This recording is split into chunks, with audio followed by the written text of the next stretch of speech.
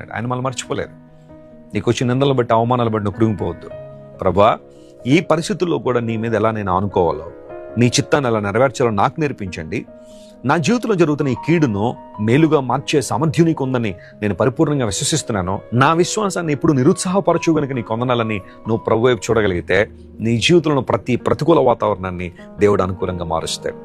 నేను నిన్ను మర్చిపోలేదు, మనుషులు నిన్ను మర్చిపోవచ్చేమో, నీ భర్త నిన్ను మర్చిపోవచ్చేమో, నీ భార్య నిన్ను మర్చిపోయి చాలా కాలం అయిందేమో, నీ పిల్లలు మర్చిపోయి చాలా కాలం అయిందేమో. మొన్న ఈ మధ్యన పేపర్లో ఒక విషయాన్ని చూశాను. ఒక కుమారుడట తన తల్లికి 18 నెలల నుంచి ఫోన్ కూడా చేయలేదట, మాట్లాడలేదట.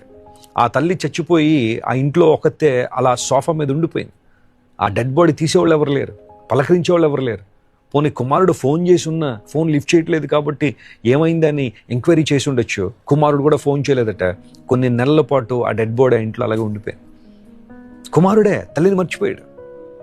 జీవితంలో ఇలాంటి పరిస్థితులు ఎన్నో ఉంటాయి, కానీ దేవుడు నిన్ను మర్చిపోయేవాడు కాదా. నీవు ఆయన తలంపుల్లో ఉన్నావు. సిలువలో నీ కోసం ప్రాణం పెట్టిన యేసయ్య నేను ఎప్పుడు జ్ఞాపకంలోనే ఉంచుకుంటున్నారు. ఆయన దేవుడు హన్నాను జ్ఞాపకం చేసుకున్నాడని బైబిల్లో రాయబడి అద్భుతం చేశారు. దేవుని బిడ్డ కృంగిపోవద్దు. దేవుడు నిన్ను మర్చిపోలేదు. ఆయన జ్ఞాపకం చేసుకుంటూనే ఉన్నారు. నీ జీవితంలో కార్యాలు జరిగించాలని ప్రభువు ఆశిస్తున్నాను. ఈరోజు